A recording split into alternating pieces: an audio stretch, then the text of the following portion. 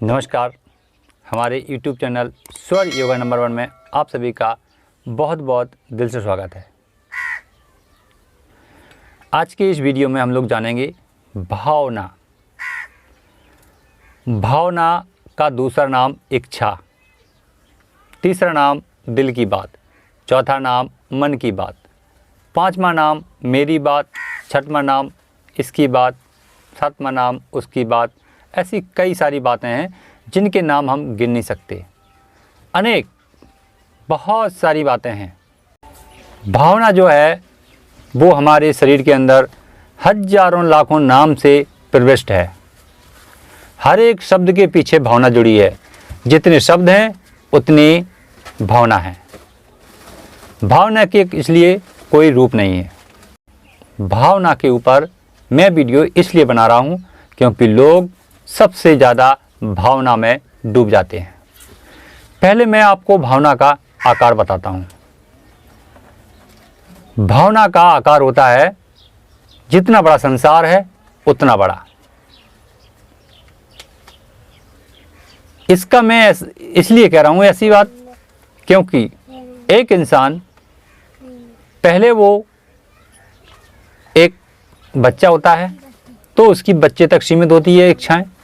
फिर वो पिता बनता है तो उसकी और बढ़ जाती है। परिवार में जो भावना है पारिवारिक वो उसमें बदल जाती है। फिर वो मुखिया बन जाता है तो मुखिया की भावना पूरे गांव को समेटने लगती है। फिर वो पद पर सरपंच बन गया तो फिर वो 3 गांव की इच्छाओं को लेकर के एक साथ चल रहा है। फिर वही व्यक्ति विधायक बन गया तो फिर वो एक क्षेत्र को संभालता है। फिर वही व्यक्ति आगे चलकर मुख्यमंत्री बना है तो फिर वो एक राज्य को संभालता है। ये भावना ही तो है उसके अंदर। फिर वह व्यक्ति प्रधानमंत्री बना तो वो एक देश को संभालता है। एक देश जितनी बड़ी उसकी भावना इकट्ठी हो गई। अब वही व्यक्ति अगर राष्ट्रपति बन जाता है तो वो देश को तो संभालता ही है, अन्य देशों की बात भी करता है। इसी प्रकार से भावना का कोई आकार नहीं है। जिसकी जितनी बड़ी भावना उसके पास उतना ही ज़्यादा काम। तो भावना तो एक अनंत है। क्या हमें भावना में चलना चाहिए या नहीं चलना चाहिए? भावना में भावना और भावना में भावना, यहाँ पर हमें समझने को चाहिए। भावना में भावना और भावना में भावना, इसका मतलब है आप जिस भावना से यानी जिस व्यक्ति की भावना से तालमेल करना चाहते हैं, जिस प्राणी की भावना से तालमेल करना चाहते हैं, तो वही भाव उस व्यक्ति के अंदर नहीं जागा है। वही भाव उस व्यक्ति के मन में प्रकट नहीं हो रहा है जैसा आप कर रहे हैं। तो वहाँ पर भावना में भाव नहीं है। भावना तो दिखाई दे रही है परंतु उसके अंदर भाव नहीं है। तब क्या होता है? भावना में भाव नहीं है तो फिर वो होता नहीं है। भावना में भावना, फिर भावना में भावना, यानी फिर वो काम होता नहीं है। इसलिए हमें ये परख करनी चाहिए कि जिस व्यक्ति के साथ, जिस प्राणी के साथ हम अपनी भावना, अपनी संवेदनाएं व्यक्त करने का प्रयास कर रहे हैं, क्या वो व्यक्ति उसे उतने ही भाव में ले रहा है या नहीं ले रहा है? इसका हमें अपने अंतर्मन में ज्ञात करना चाहिए।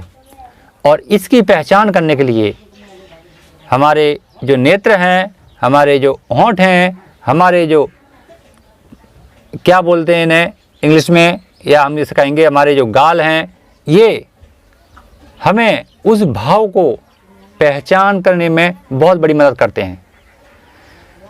यदि आपने मुझे भाव दिया और मेरे अंदर आपके लिए कोई दुष्प्रभाव है तो हमारी मुस्कान गायब रहेगी। हमारे नेत्र झुक जाएंगे क्योंकि मुझे आपके साथ कपट करना है, इसलिए नेत्र झुक जाएंगे। ये इसकी पहचान है। हमारे जो गाल हैं उन पर मुस्कुराहट नहीं होगी। हमारे शब्द में भारीपन आ जाएगा, मिठास नहीं रहेगा। तो ऐसी कई चीज़ें हैं भावना को पहचानने के लिए। सबसे बड़ी बात यह है कि जिस चीज़ का कोई अता और पता ना हो कि इसकी लंबाई कहाँ तक है और इसकी चौड़ाई कितनी है, तो ऐसे समुद्र को हमें कभी पार नहीं करना चाहिए। किनारे पर ही बैठकर अपने जीवन का पूरा आनंद लेना चाहिए। भावना का रूप एक समुद्र को देते हैं तो उसमें ऐसा ही आता है कि समुद्र को हम कभी पार नहीं कर सकते हैं, समुद्र को हम कभी लांघ नहीं सकते हैं। इसलिए किनारे पर बैठकर ही अपने जीवन का पूरा आनंद लेते हैं, उसकी लहराती लहरों से, ठंडक से, और उसमें अन्य प्रकार के जीव जंतु उनका सबका आनंद लेते हैं। तो ये भावना है। भावना इसी प्रकार होती है। भावना में कई प्रकार के भाव पैदा होते हैं। ठंडक भी आ रही है, गर्मी भी आ रही है, दुष्प्रभाव भी आ रहा है, उसमें धूल के कण भी हैं, सब कुछ है उसके अंदर। परंतु हमें जो हमारे शरीर के लिए आनंदमय है वहीं तक सीमित रहना चाहिए। उदाहरण के तौर पर मैं ऐसा कहूँ कि मेरी भावना आप सब लोगों के साथ जुड़ने की है और उस पर मैंने काम किया तो हम आपके साथ जुड़े हैं।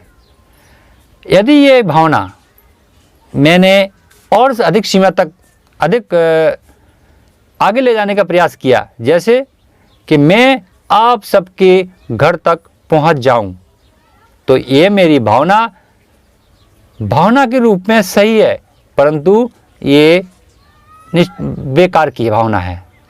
इसमें कोई सच्चाई के तथ्य नहीं है, क्योंकि हम आप सब जैसे महान लोगों के घर पर जीवन में एक एक बार जाएंगे तब भी हम पूर्ति नहीं कर पाएंगे, क्योंकि ये भावना व्यर्थ की है। तो हमें क्या रखना है? आपसे जुड़ने की। आपसे जुड़ने की क्या साधन है? जैसे कि हम आपके साथ में अभी ये वीडियो के दौरान बात कर रहे हैं, तो ये आपसे जुड़ने की बहुत अच्छी भावना है। इसको हम कर सकते हैं, यहाँ तक हमारा वश है, चल कर सकते हैं, परंतु हम आप सबके घर पर नहीं पहुँच सकते हैं, ये व्यर्थ की भावना है। तो हमें भावना में सीमित रहना चाहिए, भावना को कभी लांघना नहीं चाहिए।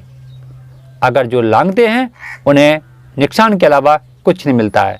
तब वो कहते हैं कि मेरी इच्छा थी कि मेरा बेटा पढ़ लिख कर अफसर बने, परंतु वो क्रिमिनल बन गया, तो हम अपने बेटे के ही दुश्मन बन बैठे। ऐसी भावना से हमें बिल्कुल प्रेरित नहीं रहना चाहिए। भावना के ऊपर हम तो क्या, पूरा संसार चर्चा करता है, पर जितनी चर्चा करेंगे उतनी कम है। फिलहाल में हम इतना ही समझेंगे कि भावना में तुलना चाहिए, भावना को तौलना चाहिए। अगर मुझे तुलना या तौलना नहीं आता है तो बुजुर्गों ने कहा है कि अपने बड़ों से सलाह लो, अपने गुरु से सलाह लो, अपने माता पिता से सलाह लो। ज़रूर हमें उस भावना में तुलने का और तौलने का भाव जरूर पैदा होगा।